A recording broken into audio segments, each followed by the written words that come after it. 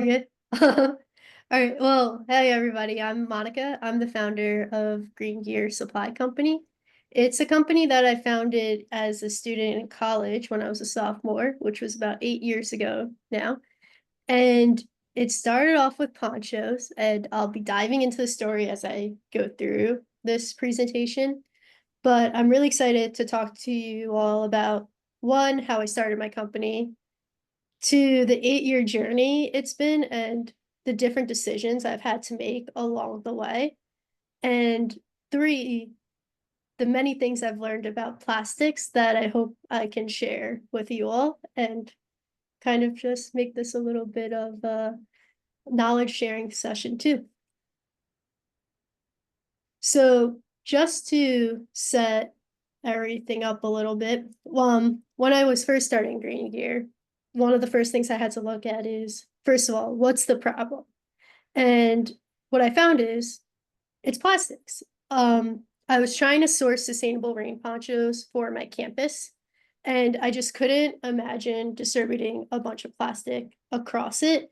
And so I started looking at sustainable options. But to find a replacement, I first wanted to look at what is the problem with plastics itself. And as we all know, like it's pretty easy in the news to see why plastics could be a problem. They definitely get a lot of negative press. For example, they contribute to 8% of the world's oil consumption. By 2050, it's estimated that the pounds of plastic in the ocean water will outweigh the pounds of fish. And on top of that, they're a leading contributor to greenhouse gas emissions. Overall, it's pretty clear that they're just an environmental disaster. But then the question is why are we even using it? And the truth is they provide a lot of utility for us. One of my favorite examples is with cheese.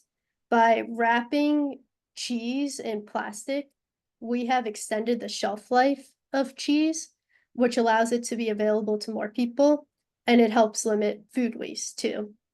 And then we also saw this a lot during COVID. We see it even with helmets, which allow us to bike, insulation, which is in all of our housing. And I could go on. I think if you look around your desk, even you'll find a ton of examples of plastics. And an issue with finding a replacement for plastic is that a lot of time optimizing for a sustainable product at the right cost is difficult. Plastics are cheap and then they're also durable, which makes them pretty great to have in many cases. And then, or I should say, easy to have in a lot of cases.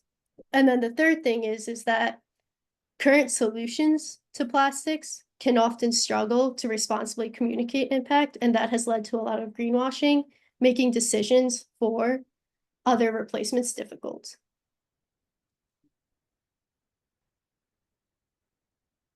And on top of that, there are also 7 different types of plastic, and each one has its own subtypes. That makes it so that there's no perfect solution. You cannot switch out all the plastics for paper, cotton, etc. And so each situation needs to be assessed differently. So that's what we're doing at GreenGear. We're reimagining plastic products through customized solutions. By working directly with our customers, we optimize our products for sustainability, social impact, and accessibility. And how are we doing this? We're using bioplastics. So first, I just want to emphasize that not all bioplastics are created equally. A bioplastic is a type of plastic, but it is made from a renewable resource like vegetable oil, cornstarch, sugar, etc. And it typically does not use petroleum or it uses a lot less petroleum. They can be biodegradable or non-biodegradable.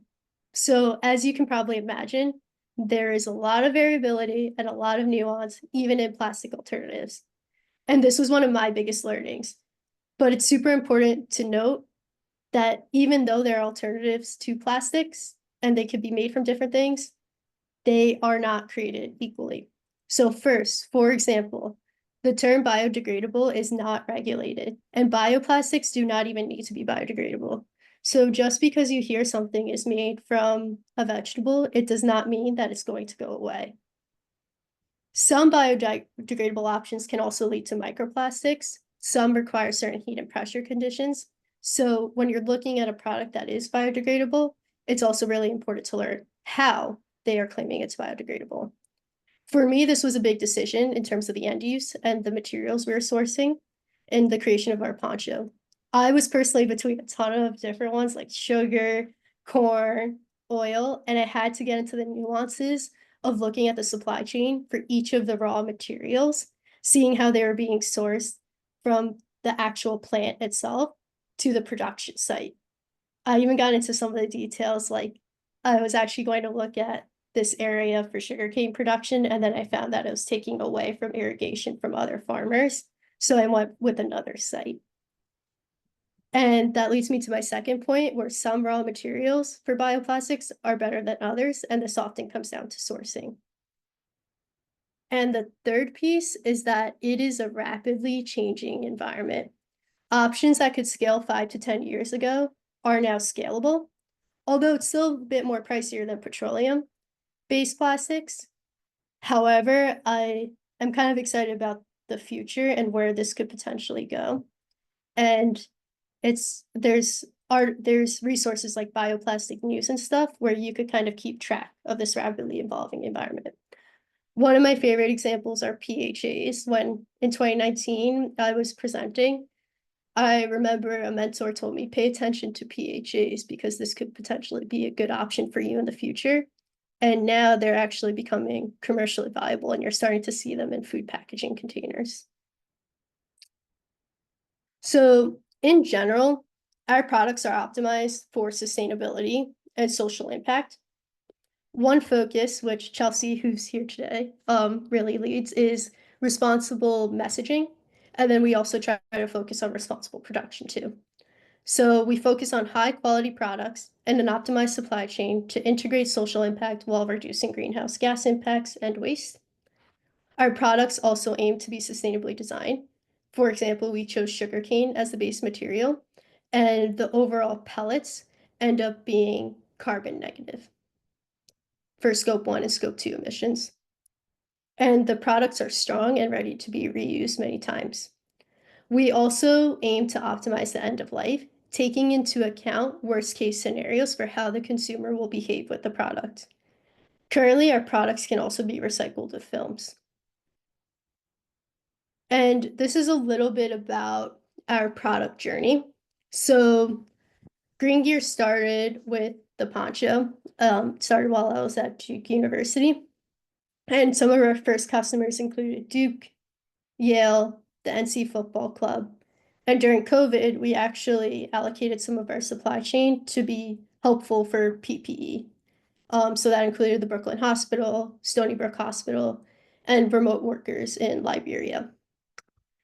During COVID, I was working full-time at Bain & Company, and then I went full-time on it in late 2021, early 2022. And the Philadelphia Eagles actually became a customer of our ponchos during that time. And go Birds, not only did they win the Super Bowl, but they're also leaders in sustainability. And Norman and his team really worked with me during that time and in COVID to help push me into products and help bring them into conversations of issues they were having. And one was particularly on bags. In the NFL during that time, the clear bag policy became more and more popular and necessary for security reasons. But the sustainability folks were having trouble because they were also trying to implement a more sustainable solution to their bags. And that's where our material came in handy. And we were actually able to make some upgrades during that time. We started off with retail bags because we weren't able to make it fully clear yet. They had a semi-clear version. And this past year, we were able to do an actual clear bag, which was used for their season ticket holders. That's how we tested it. It worked really well. And now we're expanding to more NBA teams and NFL teams in general. We also tested it out with umbrella bags recently with CRVA. And here are a few places to find us. There are definitely more like Yellowstone, Zion, museums like the Whitney Museum, Frost Science Museum. But the nice thing about our products is we can have a broad reach, and I'm hoping that'll also mean that we can have a broad reach for our impact too.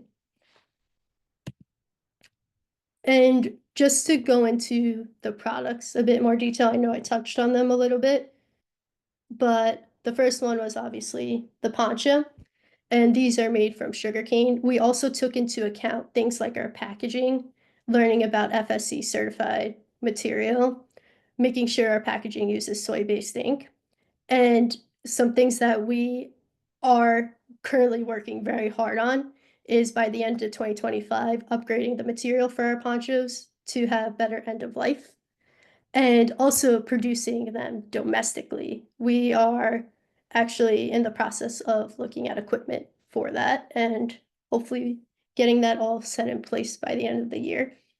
This will also include social impact initiatives like providing jobs to underserved groups of people all here in the USA. And here's just a little bit about our ponchos too.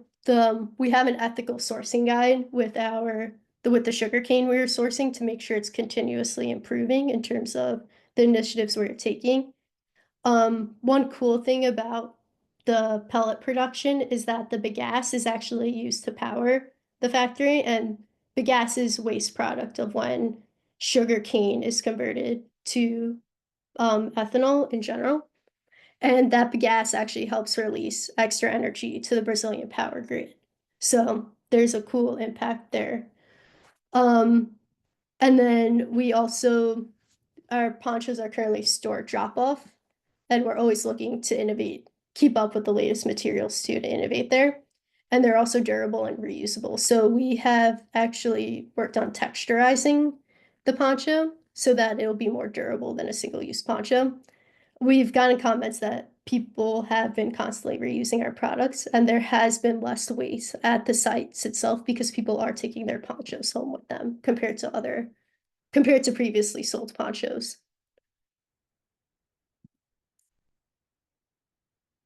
And here's just an example with one of our customers, Santera. Um, she was one of my first customers for the ponchos, and she really helped us get into the national parks.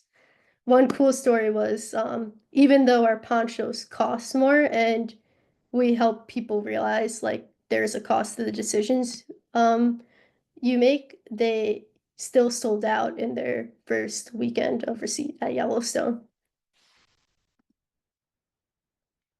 And some things that we do to help offset the higher costs is really play on the marketing. So we give all of our customers marketing support.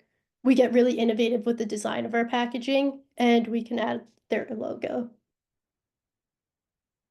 And recently we've also added bags. So Norman, um, one of the best people out there, really helped us with this.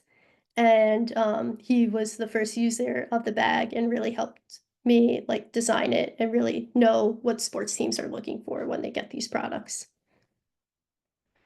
And the material is very similar to the ponchos. However, we've also optimized some of the end use of it to take into account consumer behavior with the products.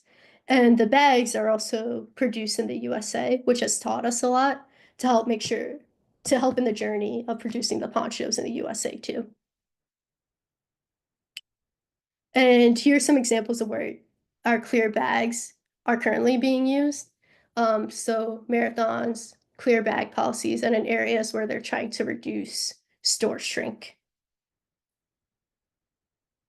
One thing that we're trying to do now to really help push along these initiatives is giving our customers numbers. So, for example, last year, the Philadelphia Eagles supported the equivalent of 8,000 trees a year. And by continuing with us, they'll be supporting that every year. And that's overall enough to fill 26 football fields of trees. We still need to verify that with a third party. We ran an LCA. So those numbers will be released in public once that's verified. And this is an example of the types of metrics we want to give all of our customers after they switch to our products, along with others such as measurements for the social impact too. And just so you all know, here's the team that's behind this. It's me, Sven Backhausen, who leads our impact and operations now. He's been very helpful in getting our equipment to the US and producing here too, and really helping the social impact initiatives within our operations in general. And Chelsea, who is here with us, if you ever looked at her LinkedIn or Instagram, that's all her promoting us and also taking a big initiative and learning about all the nuances and sustainability to help educate our customers and followers too. And then we also have Diana, Daryl, Pete, and Sophia, who help us with other aspects of our business. And I went into some topics that I think are becoming more and more popular now. So if you ever want to read more about it or learn more, you're always welcome to email me. My email is Monika, Monika, at greengearsupply.com. And I'm happy to send over some articles, but here are some good ones, or maybe a list that I'll send you if you're ever interested in learning more about plastics. And overall, that's a bit about GreenGear. We're 1% for the Planet members. We're in the B Corps network, Green Sports Alliance members, now also Muse members, and minority woman-owned business. And always feel free to contact us. Thank you very much for your time. And let me know if you have any questions.